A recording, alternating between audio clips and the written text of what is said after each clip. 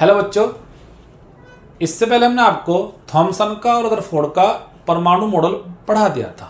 उनमें कुछ कमियां थी।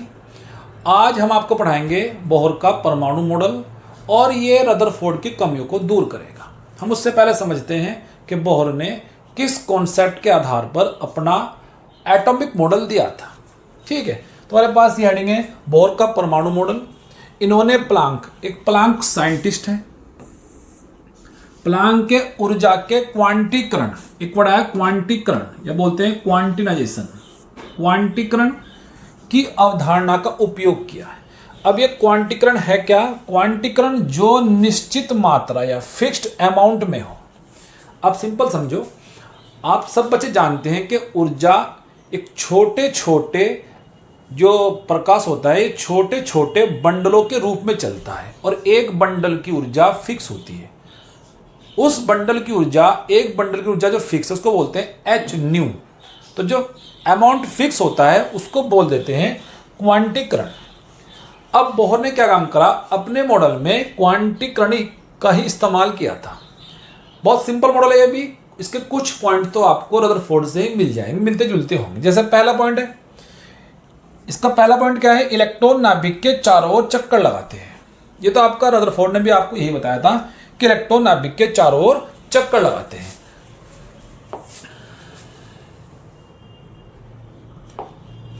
अब उसका दूसरा पॉइंट हमारे पास ही है जो इंपॉर्टेंट है। इलेक्ट्रॉन नाभिक के चारों तरफ निश्चित त्रिज्या, क्या कहा उसने? निश्चित त्रिज्या और निश्चित ऊर्जा वाले सर्कुलर पथों या वृत्ताकार पथों में घूम सकता है। इन वृत्ताकार पथों को ऑर्बिट या कक्षा या स्थायी अवस्था स्टेशनरी स्टेट या अनुमत ऊर्जा स्तर अलाउड एनर्जी स्टेट कहते हैं। इसको आप सिंपल समझो। रदरफोर्ड ने ये बताया था कि इलेक्ट्रॉन नाभिक के चारों तरफ कहीं भी चक्कर लगा सकता है। इस बात को बोहर ने कैंसिल किया और बोहर ने यह बताया कि इलेक्ट्रॉन केवल कुछ ही कक्षाओं में चक्कर लगाते हैं। उन कक्षाओं को हम बोल देते हैं स्टेशनरी स्टेट या स्थायी अवस्था या अलाउड एनर्जी स्टेट्स। मतलब ऐसा नहीं है कि इलेक्ट्रॉन कहीं भी चक्कर लगा सकता है ना नाभिक के चारों ओर। बोहर ने कहा ऐसा नहीं है। सिंपल कुछ ही स्थान ऐसे होंगे या कुछ ही एनर्जी लेवल ऐसे होंगे, ऊर्जा स्तर होंगे जिनमें इलेक्ट्रॉन नाभिक के चारों ओर चक्कर लगाएगा। कहीं भी इलेक्ट्रॉन चक्कर नहीं लगा सकता है। आप इसको ऐसे समझ सकते हैं कि रदरफोर्ड के अनुसार तो आपको बैठने के लिए आपको नीचे बैठना है फर्श पर, आप कहीं भी बैठ जाओ। ये हो गया रदरफोर्ड का। तो कहीं भी इलेक्ट्रॉन मिल सकते हैं। बात करते हैं एटॉमिक बोहर के मॉडल की। हमने क्या काम किया है? फर्श पर कुर्सी बिछा दी है। पहली 5 कुर्सी, फिर नेक्स्ट उसके बाद दूसरी रो, फिर तीसरी रो, फिर फोर्थ रो। अब जो बीच का स्थान खाली है उसमें आप नहीं बैठ सकते हैं। जो कुर्सी बिछी है उन्हीं में आप बैठ सकते हैं। तो ऐसा ही कुछ बताया बोहर ने कि इलेक्ट्रॉन केवल कुछ ही निश्चित कक्षाओं में चक्कर लगाते हैं। जैसे फर्स्ट रो में आप बैठ गए, बीच का स्थान खाली है, फिर उससे नेक्स्ट में बैठ सकते हैं, उसके बाद उसमें बैठ सकते हैं। यह था बोहर का एटॉमिक मॉडल। क्लियर? अब क्या कहें? कक्षा में इलेक्ट्रॉन की ऊर्जा समय के साथ परिवर्तित नहीं होती है। अब यही कॉन्सेप्ट रदरफोर्ड नहीं समझा पाया था कि जब इलेक्ट्रॉन चक्कर लगा रहा है तो उसकी ऊर्जा चेंज होगी, उसकी ऊर्जा चेंज होगी। इसने क्या बताया है कि कक्षा में इलेक्ट्रॉन की ऊर्जा समय के साथ परिवर्तित नहीं होती है। परिवर्तित नहीं होती है, ये चेंज हो सकती है। सर आप बता रहे कि समय के साथ परिवर्तित नहीं होगी, फिर बता रहे कि चेंज हो सकती है। अभी कॉन्सेप्ट आ जाएगा, आप ध्यान से समझना। क्लियर? ठीक है। बात करते हैं तीसरे पॉइंट की, बात करते हैं इसके फोर्थ पॉइंट की, जो वेरी वेरी इंपॉर्टेंट है। इलेक्ट्रॉन नाभिक के चारों ओर केवल उन्हीं कक्षाओं में घूमते हैं जिनमें उनका कोणीय संवेग एंगुलर मोमेंटम h/2π का पूर्ण गुणज या इंटीग्रल मल्टीपल होता है। इस लाइन को आप ध्यान से समझना। हमने आपसे क्या बताया था अभी कि रदरफोर्ड के अनुसार तो इलेक्ट्रॉन हर जगह चक्कर लगाएंगे। बोहर ने कहा कि ऐसा नहीं है, कुछ ही कक्षाओं में इलेक्ट्रॉन चक्कर लगाएंगे। और किन कक्षाओं में लगाएंगे? उसने बताया कि जिन इलेक्ट्रॉन का कोणीय संवेग एंगुलर मोमेंटम h/2π का पूर्ण गुणज हो। अब समझते हैं कि कोणीय संवेग है क्या, एंगुलर मोमेंटम है क्या। देखो अब ध्यान से बच्चे समझना, सेंटर में मेरे पास एक स्ट्रिंग बनी है और यहां पर कोई m मास का पार्टिकल है और ये सर्कुलर मोशन या वृत्ताकार गति कर रहा है, ये इस टाइप से घूम रहा है। हमने कहा कि इस सेंटर से इसकी दूरी हमने r मान ली, ठीक है भाई। इसका जो वेग है, इसका वेग आप v मान के चलो। यदि मैं आपसे पता करता हूं कि रेखीय संवेग क्या होता है, तो आप मुझे बताएंगे रेखीय संवेग के बारे में। P बराबर m इंटू वी, इस पार्टिकल का मास, इसकी वेलोसिटी। अब मैं आपसे पता करता हूं कि बताइए कोणीय संवेग क्या होता है। तो जिस बच्चों को नहीं पता तो सब बच्चे ध्यान से देखना। हमारे पास इसको डोनेट करते हैं L से, उसके बाद हम लेते हैं यहां पर परपेंडिकुलर डिस्टेंस ये वाली इंटू रेखीय संवेग, ये होता है हमारे पास कोणीय संवेग, ठीक है भाई।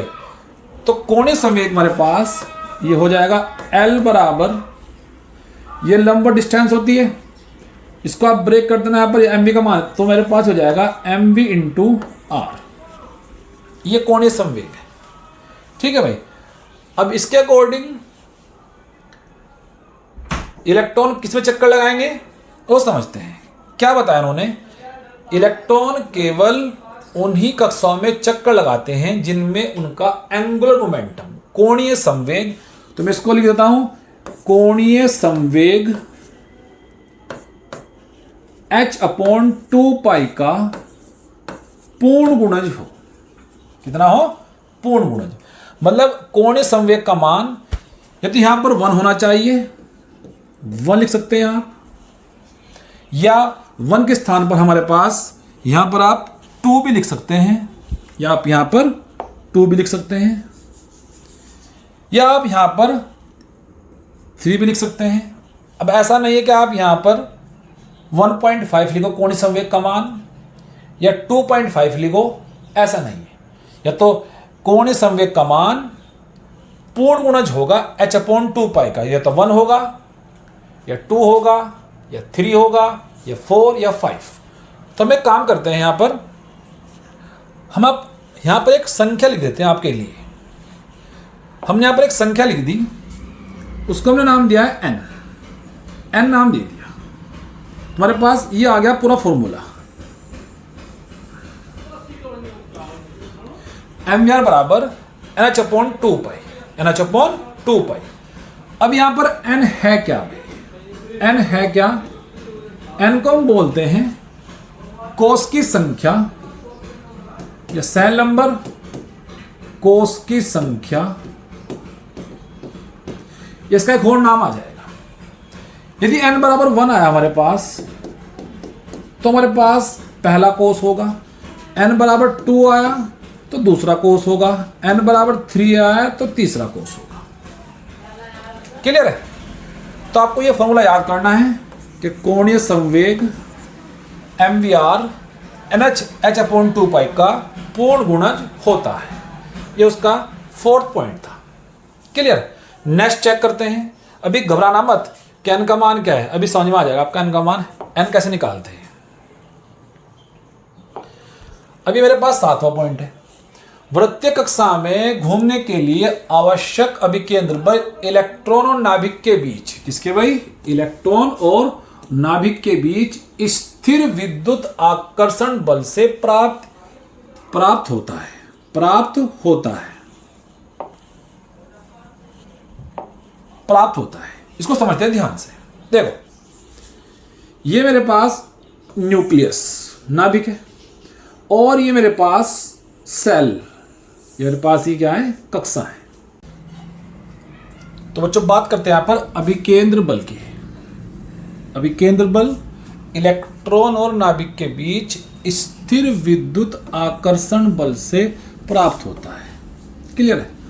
पहले आपको समझाते हैं कि स्थिर विद्युत आकर्षण बल क्या होता है। यदि आपके पास दो चार्ज पार्टिकल है Q1 और Q2 और इनके बीच की डिस्टेंस स्मॉल r है, तो इनके बीच में जो इलेक्ट्रोस्टैटिक फोर्स लगता है वो होता है 1/4πε0 Q1 Q2 बटे r²। ये कूलाम के हिसाब से है, ठीक है। ये आप पढ़ेंगे 12th की फिजिक्स में। अब यहाँ पर हमें देखना है कि स्थिर विद्युत आकर्षण बल कैसे आएगा, तो मैं आपको समझा देता हूँ। ये हमारे पास हो गया है एक एटम, उसका न्यूक्लियस, थोड़ा बड़ा बनाते हैं इसको।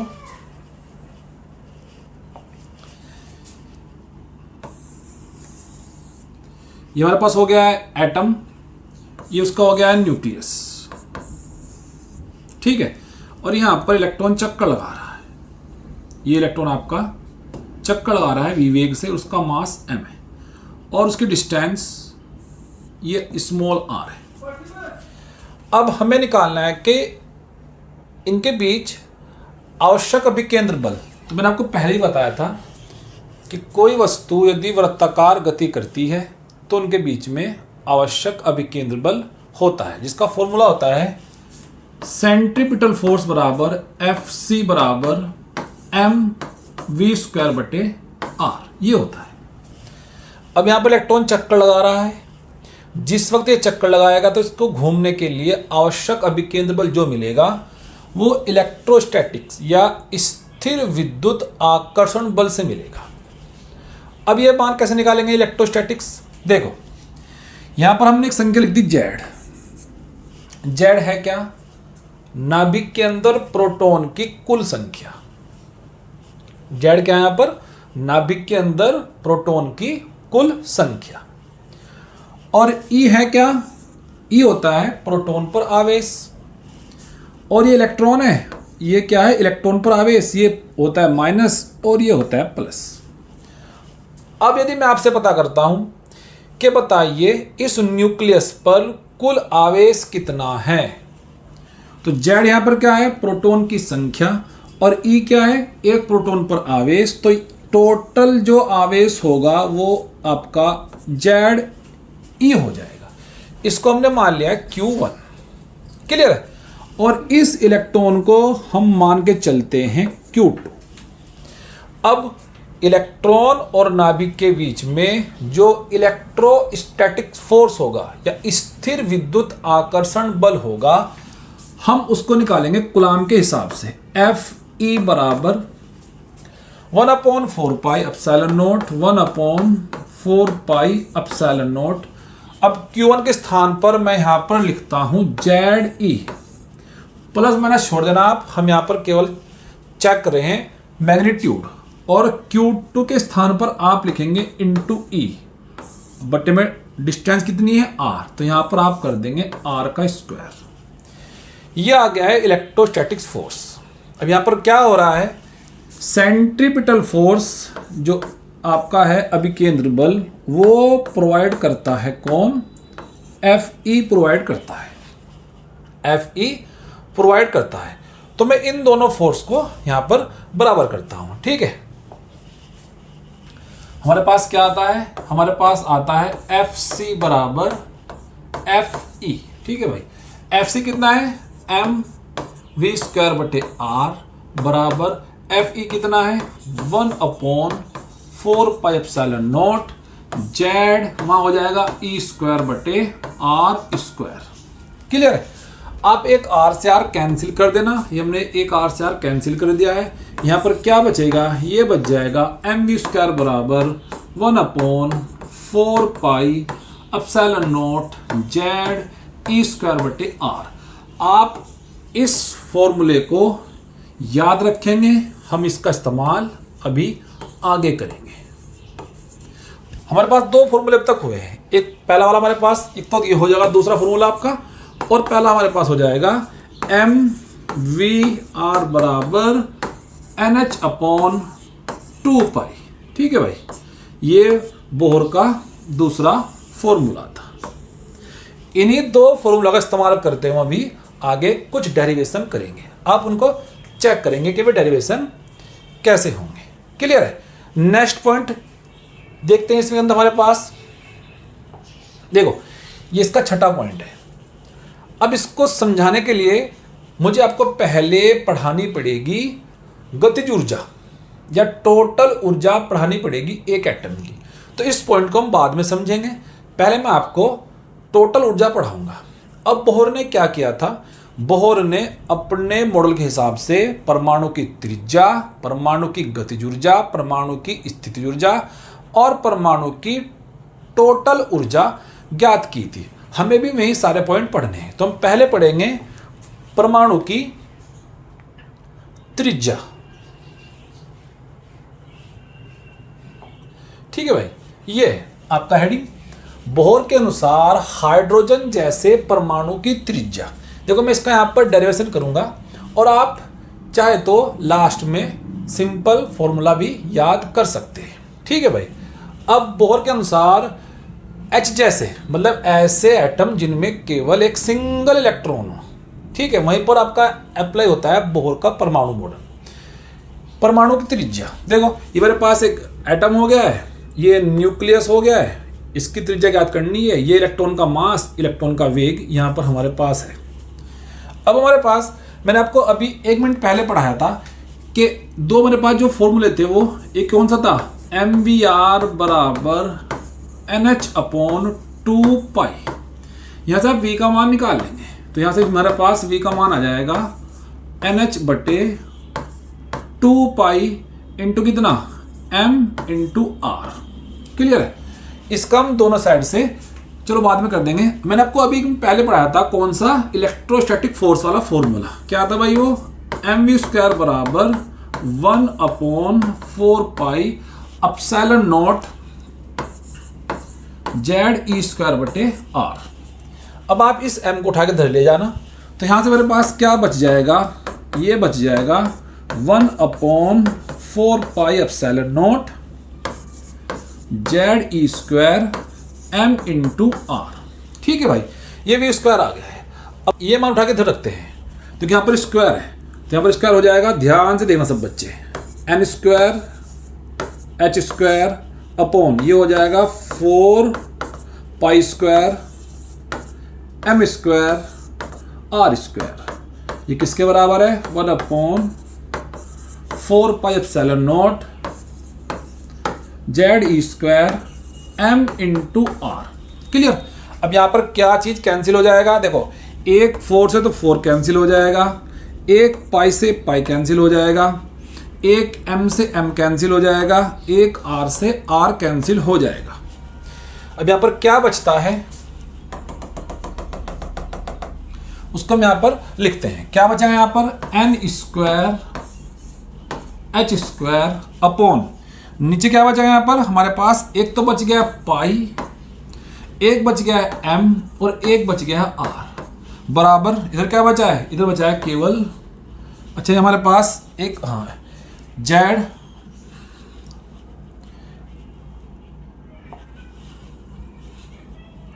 यहां हमारे पास बचेगा 1/एप्सिलॉन नॉट ZE²। अब हमें निकालनी यहां से रेडियस, तो हम इसको वही कहीं उल्टा कर देते हैं। तो हम इसको उल्टा करेंगे तो हमारे पास ये आ जाएगा R/M/N²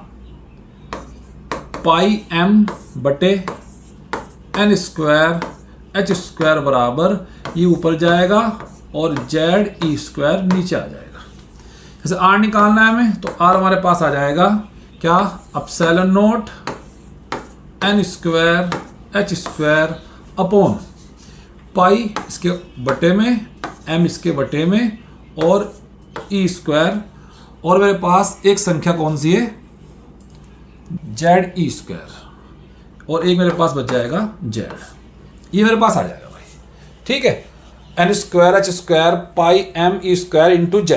ये मेरे पास R का फॉर्मूला आ गया है, ये मेरे पास आ गया भाई। ठीक है, तो आपका रियल में फॉर्मूला ये वाला बनता है, N² H² epsilon not pi M ZE²।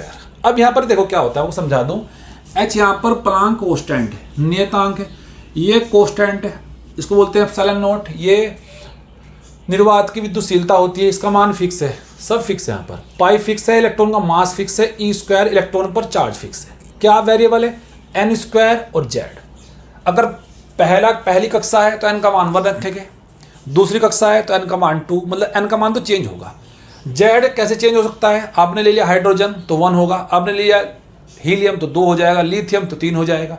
तो जो वेरिएबल है उन्हें एक साइड में रखते हैं और सारे मान रखने के पश्चात जो आपका मान आएगा वेरी वेरी इंपॉर्टेंट 0.53। ठीक है, ऊपर क्या बचा है? ऊपर बचा है एन स्क्वायर, नीचे क्या बचा है? जेड, और ये मान आपका आता है एंगस्ट्रॉम में। तो ये आपका वेरी वेरी इंपॉर्टेंट फॉर्मूला है। इस फॉर्मूले को आप ध्यान से ध्यान रखेंगे। R बराबर 0.53 एन स्क्वायर बटे जेड एंगस्ट्रॉम में आता है। किस में आता है? एंगस्ट्रॉम में। और आपको नहीं पता एंगस्ट्रॉम के बारे में तो मैं आपको बता देता हूं कि जब भी आप एंगस्ट्रॉम हटाएंगे तो R बराबर 0.53 एन स्क्वायर बटे जेड, यहाँ 10⁻⁻10 लगाएंगे मीटर में, अगर आपको मीटर में निकालना हुआ। क्लियर? ठीक है, तो ये आपका इंपॉर्टेंट फॉर्मूला है, इसको आप ध्यान से देखना। अब इस पे कुछ क्वेश्चन है रेडियस पर, मैं आपको थोड़े से क्वेश्चन ला देता हूँ। तुम्हारा ये आपका पहला क्वेश्चन है, हाइड्रोजन परमाणु की n बराबर 1 बोहर कक्षा की त्रिज्या लगभग 0.53 एंगस्ट्रॉम है। प्रथम उत्तेजित अवस्था, देखो एक वर्ड याद सब बच्चे ध्यान रखना, जैसे ही वर्ड लगेगा उत्तेजित तो आप उसमें क्या काम करेंगे? उसने बोला है प्रथम उत्तेजित, तो आप इसमें एक जोड़ देना। ठीक है भाई, प्रथम उत्तेजित का मतलब है n का मान 2 होगा। वैसे इस क्वेश्चन में दे भी रखा है अवस्था n बराबर 2 की कक्षा की त्रिज्या एंगस्ट्रॉम में कितनी है। सही, सिंपल है हमारे पास। तो सिंपल हमारे पास फॉर्मूला है R बराबर 0.53, फॉर्मूला क्या है? एन स्क्वायर बटे जेड। अब H के लिए जेड कितना होता है सर? 1 होता है, और यहाँ पर n का मान कितना है? उसने बोला है प्रथम उत्तेजित, उसने दे भी रखा है n बराबर 2, तो आप सवाल सोल्व कर देते हैं। 0.53 2 का स्क्वायर बटे 1।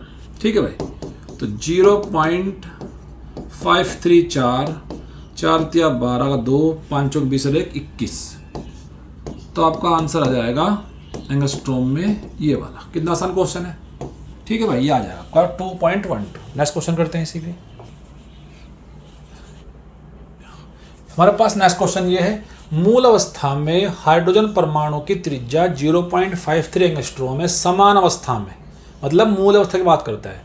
Li2 पॉजिटिव आयन परमाणु संख्या इतनी 3 की त्रिज्या कितनी होती है? तो मेरे पास सिंपल फॉर्मूला ये हो जाएगा, R बराबर 0.53 एन स्क्वायर बटे जेड। यहाँ पर n का मान हो गया 1, क्यों?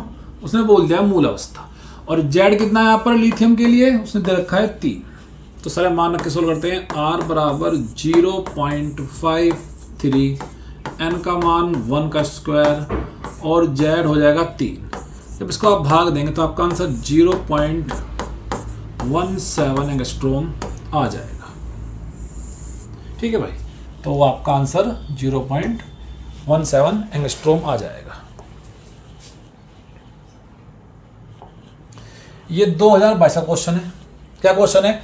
हाइड्रोजन परमाणु के सबसे आंतरिक कक्षा की त्रिज्या 5.3 10⁻⁻11 मीटर है। हाइड्रोजन परमाणु की तीसरी, कौन सी भाई? फिलहाल तीसरी अनुमोदित कक्षा की त्रिज्या क्या है? अब देखो सवाल के अंदर, इस सवाल में n का मान आपको 3 रखना है और सिंपल फॉर्मूला है R बराबर 0.53। अच्छा, सवाल के हमारे पास, चलो अभी लिखते हैं इसको भी, इंटू 10 टू दी सॉरी, यहां पर आप लिखेंगे n स्क्वायर बटे जेड, और ये एंगस्ट्रॉम में है भाई। इसको मैं ऐसे लिख दूं, इसको मैं देता हूं 5.3 10 टू दी पावर -11 और ये n स्क्वायर बटे जेड। मैंने आपको भी बताया था एंगस्ट्रॉम को मैंने ब्रेक कर दिया -10 में और 1 पॉइंट से गुणा भाग कर दिया। ठीक है भाई, अब कौन सी कक्षा हमारे पास है? तीसरी। तो 5.3 into 10 to the power -11 n square 3 × 9, तो आप भाग देंगे 9 × 27 2 5 रम 45 47। ठीक है भाई, तो आपका आंसर कितना आ जाएगा, ये आएगा आपका ये वाला। और कितनी पावर हमारे पास है यहाँ पर 11। तो आप इसको सोल्व करेंगे तो आपका आंसर ये 4.77 एंगस्ट्रॉम आ जाएगा। गुणा भाग देख लेना भाई, ठीक है। तो आंसर आपका ये आ जाएगा। नेक्स्ट क्वेश्चन करते हैं। ये अच्छा क्वेश्चन है, 2022 का क्वेश्चन है। यदि He पॉजिटिव आयन की दूसरी बोहर कक्षा की त्रिज्या, किसकी भाई, दूसरी बोहर कक्षा की त्रिज्या इतनी है, तो Li2 पॉजिटिव आयन की तीसरी बोहर कक्षा की त्रिज्या क्या है। तो अगर हम वहां से कोष्टेंट हटा दें तो हमारे पास ये आएगा निकल के फॉर्मूला। ठीक है भाई, ये फॉर्मूला आएगा। तो मैं काम करता हूं, मैं यहाँ पर इनको अलग अलग लिखता हूँ। मैं पहले यहाँ पर इसको लिख दिया मैंने हीलियम के लिए, तो यहाँ पर मैं लिखता हूँ He, और ये भी किसके लिए है भाई, He के लिए। ये भी Z किसका हो जाएगा, He का हो जाएगा। दूसरा मैं यहाँ पर लिख देता हूँ जो R होगा वो हो जाएगा Li। ऊपर आप 2 लगाना पॉजिटिव, कोई दिक्कत वाली बात नहीं है। यहाँ भी आप N किसका लेंगे, N लेंगे लिथियम का, और Z लेंगे लिथियम का। ये स्क्वायर हो जाएगा। ठीक है, इन दोनों को हम भाग देते हैं, भाग करते हैं। हमारे पास हीलियम और लिथियम, कितना देर का हीलियम का, आयन की दूसरी बोहर कक्षा की त्रिज्या। तो अब एक काम करेंगे, यहाँ पर हम पहले हीलियम में लिख देते हैं। चलो मैं इसको सोल्व करते हैं। तो मेरे पास ये आ जाएगा R हीलियम बटे R लिथियम बराबर, देखो इसको ऊपर लेके चले जाओ तो ये हो जाएगा N स्क्वायर किसका भाई, हीलियम का, और Z हो जाएगा लिथियम का, बटे ये आपके ऊपर से यहाँ पर चला जाएगा। Z यहाँ पर किसका हो जाएगा, ये हो जाएगा हीलियम का, इंटू N स्क्वायर किसका हो जाएगा, ये हो जाएगा आपका लिथियम का। अब आप इनके मान रखने स्टार्ट कर दो। किसका गिवन है हमारे पास, ये हमारे पास गिवन है हीलियम का, कितना 105.8 बटे कितना RLI बराबर, उसने क्या बोला है, हीलियम की दूसरी बोहर कक्षा की त्रिज्या। तो यहां पर हम लिखेंगे 2 का मान, तो 2 का जगह 4 आ जाएगा, इंटू Z लिथियम कितना होता है, Z होगा 3 किसका भाई, लिथियम का, ये आपको याद होना चाहिए। Z हीलियम कितना होता है, ये होता है 2, इंटू उसने क्या पता करा है, आयन की तीसरी, कौन सी भाई, तीसरी। तो अब यहां पर रखेंगे 3, उसका वर्क करेंगे 9 आ जाएगा। चलो इसको ऐसे लिखते हैं 3 गुणा 3। ठीक है भाई, स्क्वायर था ना यहाँ पर, तो मैंने ऐसा लिख दिया है।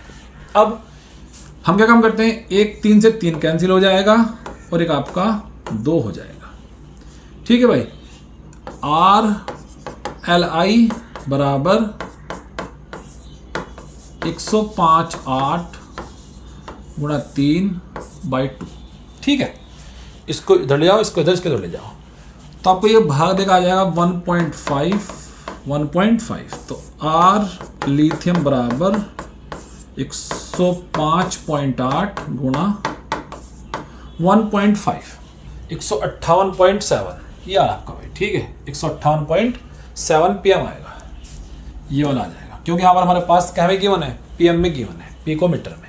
ठीक है भाई, तो हमने पहले पढ़ ली है परमाणु की त्रिज्या, वो आपको याद करनी है। अब हम दूसरा पढ़ते हैं कि इलेक्ट्रॉन जो नाभिक के चारों चक्कर लगाता है उसका वेग क्या है, बहुत आसान है ये भी। ठीक है, हमारे पास ये लिखा आपका हेडिंग नंबर 2, हाइड्रोजन जैसे परमाणु में इलेक्ट्रॉन का वेग। ये आपके पास पहले फॉर्मूला था R बराबर N square epsilon not Z square pi M।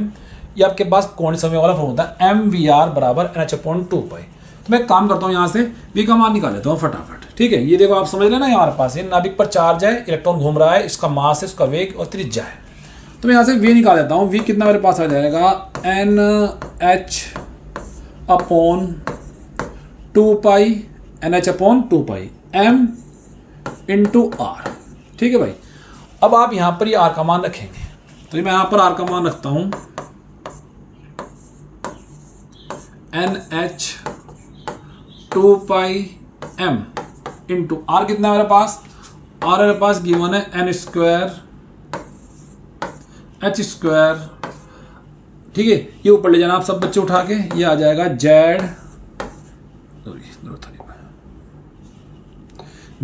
E square into कितना m इंटू पाई। ठीक है भाई, तुम्हारे पास ये आ जाएगा। ठीक है, अब इसमें क्या क्या चीज़ कोस्टेंट है उसको अलग कर लेते हैं भाई, उसको हम अलग कर लेते हैं, कोस्टेंट को अलग कर लेते हैं। तुम्हारे पास देखो यहाँ पर कुछ कैंसिल हो जाएगा, एक h से h कैंसिल हो जाएगा, एक m से m कैंसिल हो जाएगा, एक पाई से पाई कैंसिल हो जाएगा, एक n से n कैंसिल हो जाएगा। ठीक है भाई, क्या बचता है देख लेते हैं फटाफट।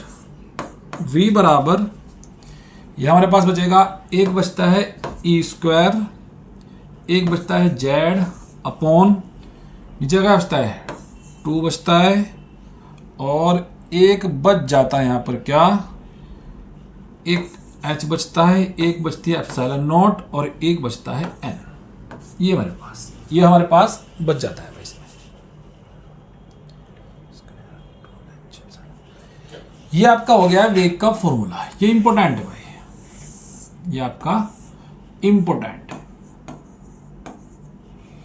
अब क्या क्या यहाँ पर वेरिएबल है सर, जेड बदल सकता है और एन बदल सकता है, इलेक्ट्रॉन पर चार्ज कोस्टेंट, 2 कोस्टेंट, प्लांक कोस्टेंट फिक्स होता है, ये आपका कोस्टेंट। सारे मान रखने के पश्चात जो मेरा v का मान यहाँ पर निकल आता है वो आता है 2.18 इंटू 10 टू दी पावर 6, और क्या हमारे पास ऊपर जेड नीचे n, और ये आपका आएगा मीटर पर सेकंड में। तो आप ये दोनों फॉर्मूले भी याद रखेंगे, ये आपका आ जाएगा मीटर पर सेकंड में आ जाएगा भाई।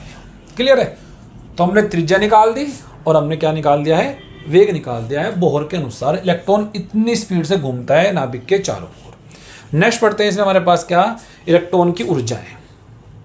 ठीक है, ये मेरे पास है स्थायी कक्षाओं में इलेक्ट्रॉन की ऊर्जा है। तो हमें कौन कौन सी पढ़नी है, हमें पढ़नी है गतिज ऊर्जा, एक पढ़नी है स्थिति ऊर्जा, एक पढ़नी है कुल ऊर्जा। तो हमारे पास ये होता है गतिज ऊर्जा का फॉर्मूला। हमारे पास एक इसमें सूत्र है, शुरू में आपको बताया याद रखना, mv² बराबर 1/4 पाई एप्सिलॉन नॉट ZE²/r। ये मेरे पास आया था। तो इसमें काम करता हूं मैं दोनों साइड में हाफ से मल्टीप्लाई कर देता हूं। ये मैंने हाफ से मल्टीप्लाई कर दी। ठीक है भाई, अब सब बच्चे जानते हैं कि क्या होता है गति ऊर्जा का फॉर्मूला। तो k बराबर हाफ mv², ये बन गई गतिज ऊर्जा। तो ये आपका बन जाएगा k बराबर, क्या वो गुणा करते हैं हमारे पास, ये आपका आ जाएगा 8 पाई एप्सिलॉन नॉट ZE²/r। ठीक है, तो मेरे पास आ गया है गति ऊर्जा का फॉर्मूला। अब एक काम करते हैं, इसमें हम यहाँ पर r का मान रख देते हैं, इस r का मान रखेंगे और अपना आंसर निकालेंगे। ठीक है भाई, हमें मान चाह रहा है इसके आंकिक मान कितना होगा। तो हम यहाँ पर लिखते हैं k बराबर 1/8 पाई एप्सिलॉन नॉट ZE²। देखो r का मान उधर सकते हैं, क्या हो जाएगा n² h² एप्सिलॉन नॉट, और इसको ऊपर ले जाओ पाई m इंटू कितना ZE²। ये मेरे पास आ गया भाई। तो यहाँ मेरे पास जो एक फॉर्मूला आपका बन जाएगा, ये मेरे पास आ गया है गति ऊर्जा का फॉर्मूला। अब इसमें क्या क्या चीज कोस्टेंट है सर, 8 कोस्टेंट है, ये कोस्टेंट एप्सिलॉन नॉट Z², चलो मान लो वेरिएबल हो सकता है, E इलेक्ट्रॉन पर चार्ज कोस्टेंट, इलेक्ट्रॉन का मास कोस्टेंट, H कोस्टेंट, प्लांक कोस्टेंट। सारे मान रखने के पश्चात जो मेरा यहाँ पर मान आएगा, आपको याद भी करना है, वो आपका आता है k बराबर 13.6, ऊपर क्या बचता है Z²/n²। और ध्यान रखना ये मान आपका आता है इलेक्ट्रॉन वोल्ट में, किसमें हमारे पास ये जूल में नहीं है, ये आपकी ऊर्जा, ये आपकी आती है इलेक्ट्रॉन वोल्ट में। तो आप इस फॉर्मूले को याद रखें। ये मेरे पास क्या है भाई, इलेक्ट्रॉन की गतिज ऊर्जा है, इलेक्ट्रॉन की गतिज ऊर्जा है। ऊपर क्या है Z², नीचे क्या है n²। अब पढ़ते हैं इलेक्ट्रॉन की पोटेंशियल एनर्जी। कौन सी पढ़ते हैं, इलेक्ट्रॉन की स्थितिज ऊर्जा पढ़ते हैं। हमारे पास ये रहा स्थितिज ऊर्जा। पहले थोड़ा सीख लो। यदि आपके पास 2 चार्ज पार्टिकल है, एक Q1 है और दूसरा Q2 है, और एक बात याद रखेंगे आप, ये ऊर्जा आपकी होती है क्या, ये एक अदिश राशि है, और हमारे पास ये माइनस चार्ज है और ये प्लस चार्ज है, इनकी बीच की डिस्टेंस r है। तो जो हमारे पास इनका फॉर्मूला होगा वो आपका हो जाएगा 1/4 पाई एप्सिलॉन नॉट हो जाएगा -Q1 Q2 बटे R। ये होता है दो चार्ज पार्टिकल के बीच की पोटेंशियल एनर्जी। अब यहाँ पर क्या है आपको, हम पहले आपको बता चुके हैं Q1 का मान किसके बराबर है, ZE के बराबर, और Q2 किसके बराबर है, -E के बराबर। इनके बीच की डिस्टेंस देखो, ये हमारे पास होता है नाभिक, यहाँ पर ZE होता है, यहाँ पर आपका E होता है, इलेक्ट्रॉन चक्कर लगाता है, ये डिस्टेंस R होती है। तो इसकी पोटेंशियल निकालनी है मेरे को, तो क्या आंसर आ जाएगा, U बराबर, ठीक है, सेम लिखा है हमारे पास, कितना आ जाएगा 1/4 पाई एप्सिलॉन नॉट। यहाँ पर कितना आ जाएगा, ये आपका आ जाएगा ZE इंटू -E बटे R। जैसे U कितना आ जाएगा, -1/4 pi epsilon not ZE square बटे R। आप यहां पर भी R का मान रखने के पश्चात इसका मान भी आप इलेक्ट्रॉन वोल्ट में लेके आ जाएंगे, ठीक है। ये आ गया आपके पास पोटेंशियल एनर्जी। अब निकालनी है उसकी टोटल एनर्जी। अब क्या निकालनी है उसकी, हमें निकालनी है इलेक्ट्रॉन की कुल ऊर्जा। ये मेरे पास है भाई, इलेक्ट्रॉन की कुल ऊर्जा क्या होगी, कुल ऊर्जा E बराबर K प्लस U होगी। तो दोनों के मान रख देता हूं यहां पर मैं। K कितना है, 1/8 pi epsilon not ZE square बटे R। और देखो ये प्लस और ये माइनस, तो यहां पर हो जाएगा माइनस,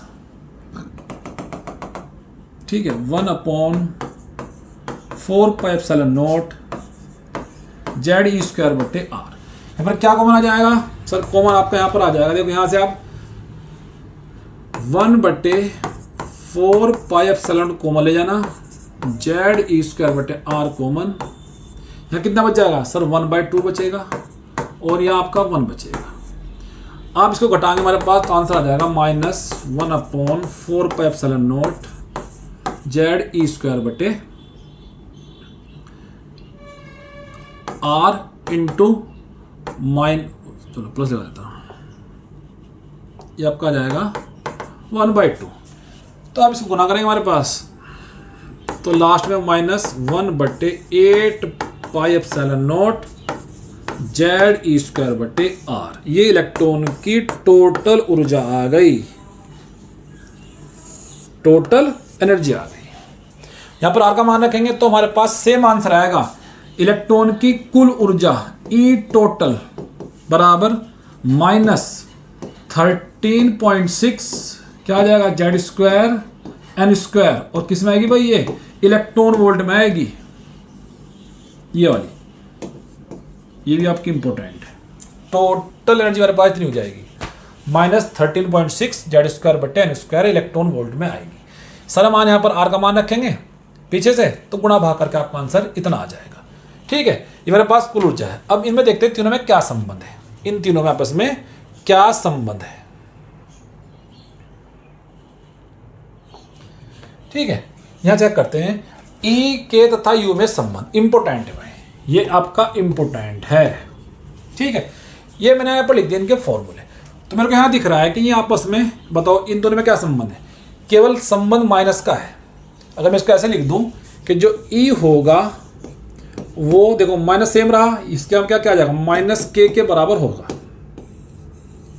ठीक है भाई, -K के बराबर होगा। इसको उल्टा भी ठीक है, आप इधर गुणा करो माइनस से, यहां करो माइनस से, तो हम क्या लिखते हैं, E किसके बराबर होगा, ये भी आपका सही है, क्लियर। अब बताओ इसमें क्या संबंध है, चलो भाई इसमें चेक कर लो, इसमें आपस में क्या संबंध है दोनों में। अगर मैं दोनों साइड में, देखो ध्यान देना सब बच्चे, मैं दोनों साइड में हाफ से इधर मल्टीप्लाई करता हूं और हाफ से इधर मल्टीप्लाई कर देता हूं, तो ये कितना हो जाएगा, 4 दूनी 8, तो सेम इसके बराबर आ जाएगा, नहीं आ जाएगा ये वाला। तो हम यहां पर लिख सकते हैं कि जो E का मान है वो किसके बराबर है, वो U/2 के बराबर है, U/2 के बराबर है, क्लियर। भी आपका इंपॉर्टेंट है, सब बच्चे ध्यान रखेंगे इसको, सीधा आंसर आता है डायरेक्ट। अब इसमें चेक करते हैं कि K में इसमें क्या रिलेशन है आपस में।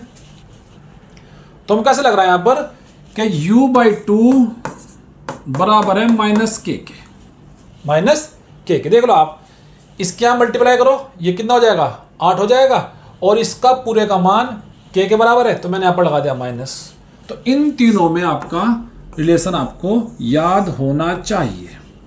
u बराबर 2 माइनस के ई बराबर u बाई 2 और e बराबर माइनस के। अब इसमें कुछ क्वेश्चन कर लेते हैं फटाफट।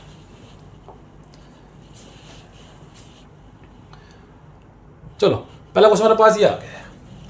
जब एक इलेक्ट्रॉन जिसका आवेश e और द्रव्यमान m है v वेग से नाभिक आवेश जेड के चारों ओर गति करता है तो इलेक्ट्रॉन की स्थितिज ऊर्जा निम्नलिखित में से किस प्रकार से दी जा सकती है। क्लियर है। तो मैंने आपको क्या बताया था कि जब भी आप निकालेंगे पोटेंशियल एनर्जी U बराबर आप वहां पर लिखेंगे 1/4πε0 माइनस जेड ई स्क्वायर बटे आर से निकालेंगे। यहां पर इसने क्या काम करा, इसको छोड़ दिया कॉन्स्टेंट को, तो क्या आंसर जाएगा माइनस जेड स्क्वायर बटे आर। ये आपका हो जाएगा पोटेंशियल एनर्जी का फॉर्मूला। हमारे पास नेक्स्ट क्वेश्चन है, चलिए कर लेते हैं। बताओ आप,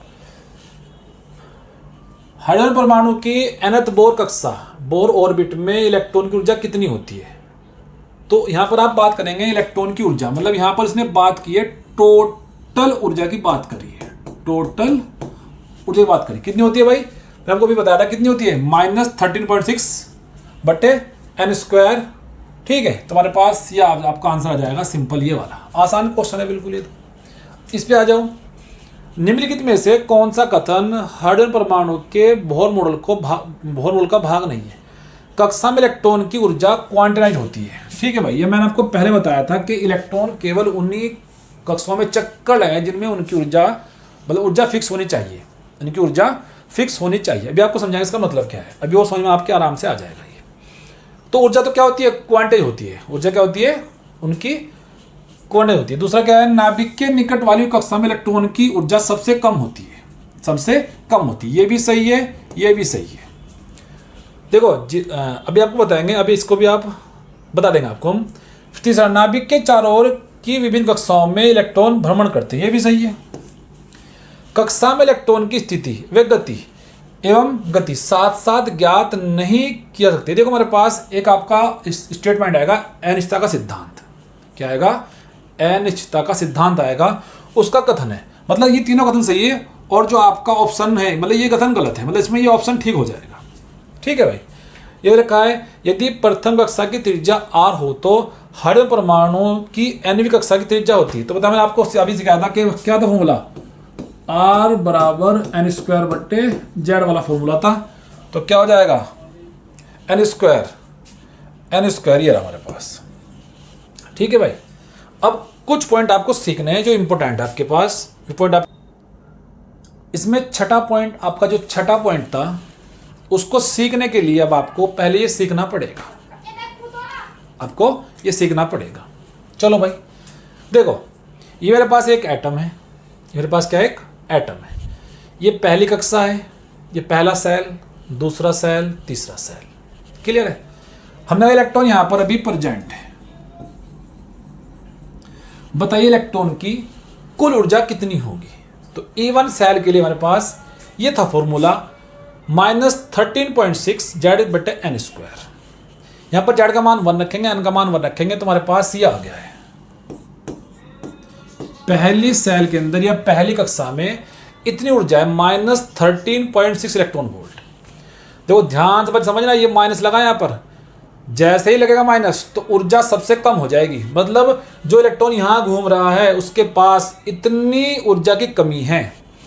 यदि बाहर से किसी भी तरीके से उसको इतनी ऊर्जा मिल जाए तो यहां से इलेक्ट्रॉन बाहर निकलकर चला जाएगा। उसको बोलते हैं क्या, आयनन विभव। क्या बोलते हैं उसको, आयनन बोलते हैं विभव। बात करते हैं E2 की। तुम्हारे पास जो E2 की ऊर्जा आएगी 13.6 बटे 4, ये आ जाएगी -13.4 इलेक्ट्रॉन वोल्ट आ जाएगी। ये हमारे पास आ गई, किसकी आ गई, E2 की। दूसरी कक्षा में ऊर्जा इतनी है। बात करते हैं तीसरी की, तो -1.51 इलेक्ट्रॉन वोल्ट, ये तीसरी की है। अब आप देख रहे हैं जैसे आप इलेक्ट्रॉन से दूर नाभिक से दूर जा रहे हैं तो इलेक्ट्रॉन की ऊर्जा क्या हो रही है, बढ़ती जा रही है। यहां लिखा है इलेक्ट्रॉन की ऊर्जा बढ़ती है। मतलब कम से कम ऊर्जा कहां है इलेक्ट्रॉन की, तो जो इलेक्ट्रॉन के पास जो नाभिक के पास इलेक्ट्रॉन होगा उसकी निम्नतम ऊर्जा है, कम से कम ऊर्जा है। जब आप बाहर चलेंगे तो ऊर्जा क्या होगी, बढ़ती जाएगी, ऊर्जा बढ़ती जाएगी।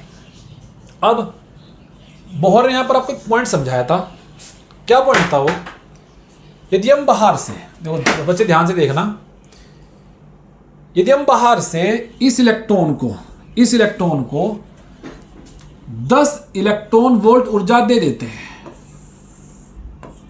कितनी इलेक्ट्रॉन देते हैं, 10 इलेक्ट्रॉन वोल्ट ऊर्जा दे देते हैं।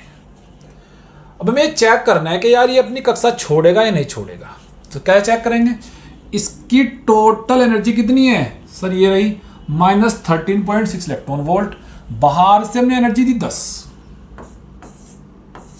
तो कितने बचे हमारे पास, ये बच जाएगी -13.6 इलेक्ट्रॉन वोल्ट। अब आप मुझे बता दो, क्या 13.6 इलेक्ट्रॉन वोल्ट के लिए कोई सेल अवेलेबल है या कोई कोस प्रेजेंट है, बताओ। सर नहीं है। अगला जो कोस है, मतलब जो अगले कोस की ऊर्जा है वो कितनी है, -3.4 इलेक्ट्रॉन वोल्ट है। अगर इस इलेक्ट्रॉन के पास इतनी ऊर्जा होगी तो यहां पर रुकेगा, वरना वो इस ऊर्जा को ग्रहण नहीं करेगा।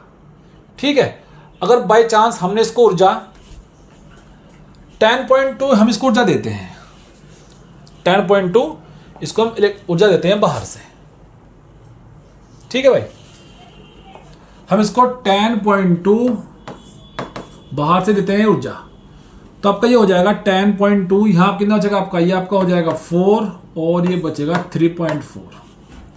अब क्या काम करेगा, वो इस ऊर्जा को ग्रहण करेगा और जंप करके कहाँ चला जाएगा, वो यहाँ से जंप करके इस वाली सेल में आ जाएगा। क्यों, इस ऊर्जा का सेल प्रेजेंट है।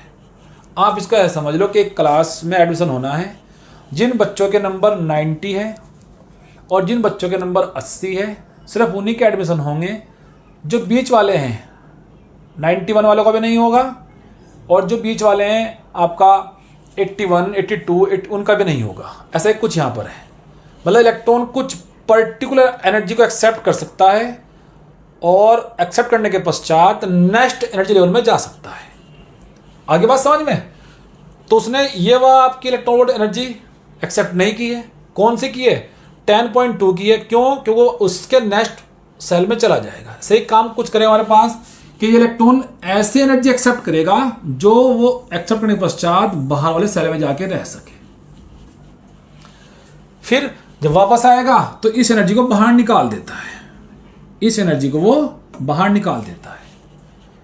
तो इलेक्ट्रॉन एनर्जी एक्सेप्ट करेगा तो यहां पर पहुंचता है, और फिर यहां से जब वापस आएगा तो एनर्जी को बाहर निकाल देता है। अब छठा पॉइंट आपका इसी पे बेस्ड है, आप उसको ध्यान से समझना।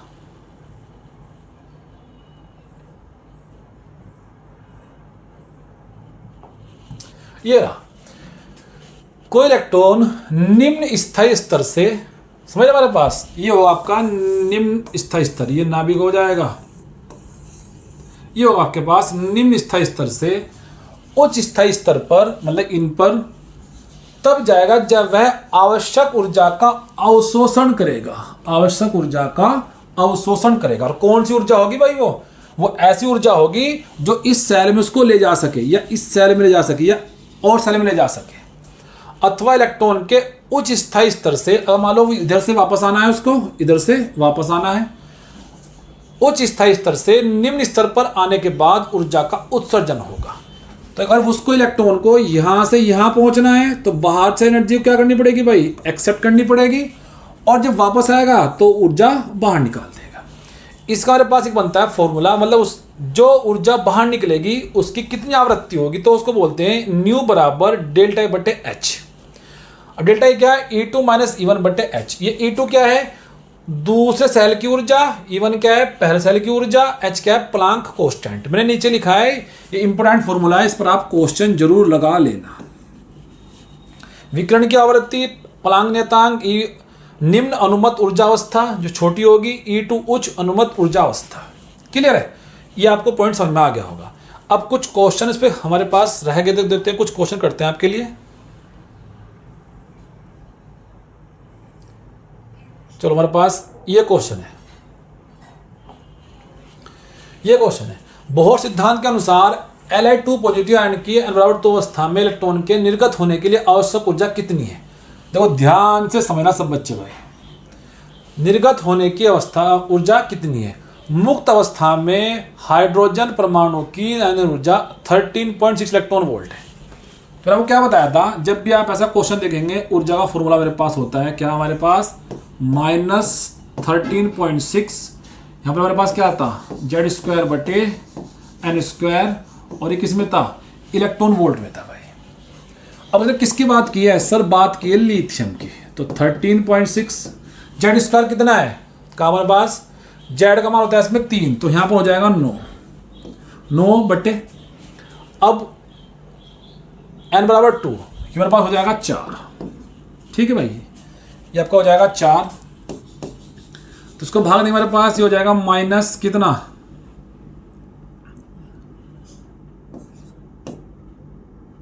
चार 12 -3.4 इंटू 9। ठीक है भाई, आप सोल्व करेंगे, 9 चौक 36 का 6, हंसल लगे 3, 9 27, 27 और 3 30, 30.6 माइनस में। बताओ भाई, अब आपकी समझ में आराम से आ गया होगा कि लिथियम के लिए n बराबर 2 अवस्था में जो इलेक्ट्रॉन को बांधे रख रही ऊर्जा वो कितनी है, -30.6 है। यदि आप बाहर से इसको इतनी ऊर्जा दे देंगे, कितनी भाई 30.6, तो इलेक्ट्रॉन बाहर निकल जाएगा। तो आंसर कितना आपका आ जाएगा 30.6 इलेक्ट्रॉन वोल्ट। क्लियर है? ठीक है, पढ़ना है भाई। बोहर परमाणु मॉडल के दोष। किसी तत्व की विभिन्न स्पेक्ट्रमी रेखाओं की तीव्रता में अंतर का कारण, मतलब इसके द्वारा जो स्पेक्ट्रम प्राप्त होता है उसमें कुछ रेखाएं तो बहुत डार्क होती है, कुछ रेखाएं डार्क नहीं होती है, उसका भी कारण ये नहीं बता पाया। दूसरा, परमाणु में इलेक्ट्रॉन का वितरण, के परमाणु में इलेक्ट्रॉन कैसे डिस्ट्रीब्यूट है उसका भी नहीं बता पाया। और जो इंपॉर्टेंट है, यह सिद्धांत केवल सिंगल इलेक्ट्रॉन वाले परमाणु जैसे hydrogen He positive Li2 positive के स्पेक्ट्रम की ही व्याख्या कर सकता है। ठीक है भाई, ये इंपॉर्टेंट आपका, इस पे क्वेश्चन नीट के अंदर आया था। ये क्वेश्चन था आपका, निम्नलिखित में से किसके लिए बोहर मॉडल वैध नहीं है? एकल आयनित हीलियम परमाणु, सर इसके लिए तो वैध है, सिंगल एटम, इसके अंदर तो एक इलेक्ट्रॉन होगा ना। ड्यूट्रॉन परमाणु, अब देखो आपने पढ़ रखा है नहीं, 1H1 इसको बोलते हैं प्रोटियम, 1H2 इसको बोलते हैं ड्यूटीरियम। यहां पर इसके अंदर भी आपका एक ही इलेक्ट्रॉन होता है, ड्यूट्रॉन के अंदर ही वही। ठीक है, इसके अंदर क्या है, एक ही इलेक्ट्रॉन होगा। एकल आयनित नियोन परमाणु, देखो नियोन के पास तो भाई 10 इलेक्ट्रॉन होते हैं, कितने होते हैं 10 इलेक्ट्रॉन, तो इसके लिए परमाणु मॉडल ये वैध नहीं है। आपका लिखा है ये तो सही है, ये भी सही है, सब सही है, तो आप कौन सा हो जाएगा, एकल आयनित नियोन परमाणु। ठीक है,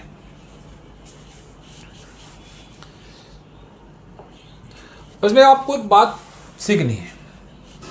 जैसे मैंने आपको बताया था कि एक टेस्ट ट्यूब हमारे पास, ये वाली टेस्ट ट्यूब है, इधर से लाइन श्वेत प्रकाश आता है। ठीक है भाई, जैसे क्या हमारे पास श्वेत प्रकाश आता है और यहां पर स्पेक्ट्रम बनता है, और इसके अंदर हमने